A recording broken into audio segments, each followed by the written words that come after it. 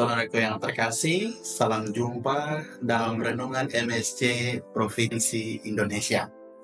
Hari ini, hari Minggu biasa yang ke-28, kita semua diajak untuk merenungkan Injil Markus bab 10 ayat 17-30. Penginjil Markus menceritakan tentang pertemuan Yesus dengan seorang pemuda kaya.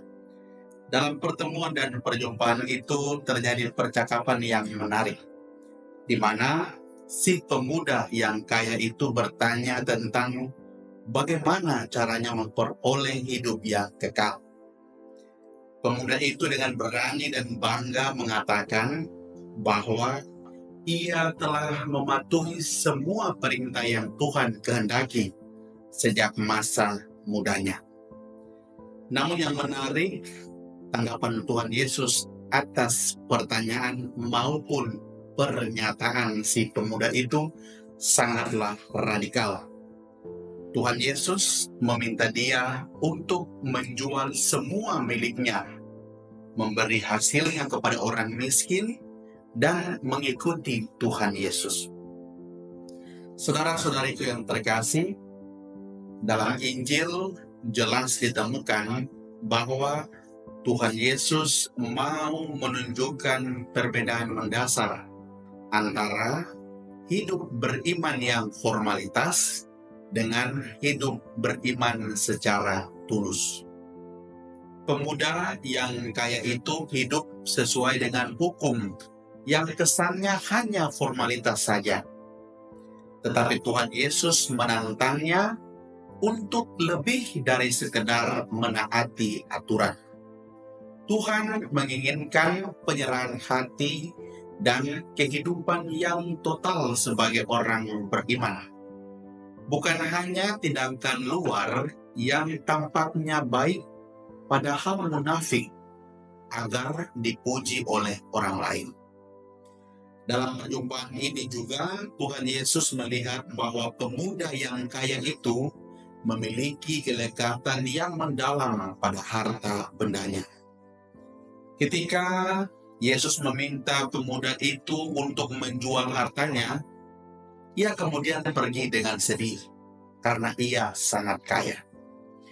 Ini menunjukkan bahwa harta bendanya menjadi penghalang antara dia dan kesempurnaan rohani.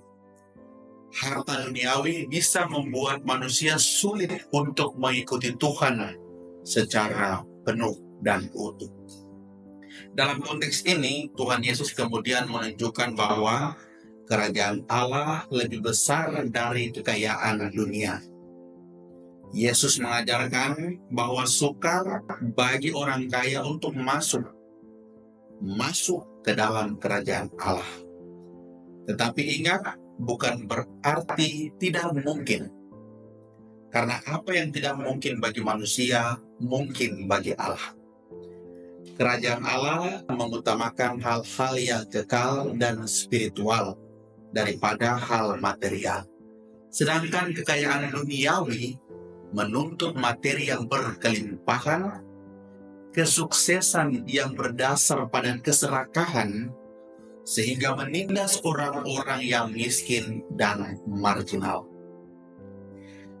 Hari ini kita diajak untuk merefleksikan keterikatan kita pada harta benda atau hal-hal duniawi yang mungkin menghalangi kita untuk sepenuhnya mengikuti Tuhan secara total.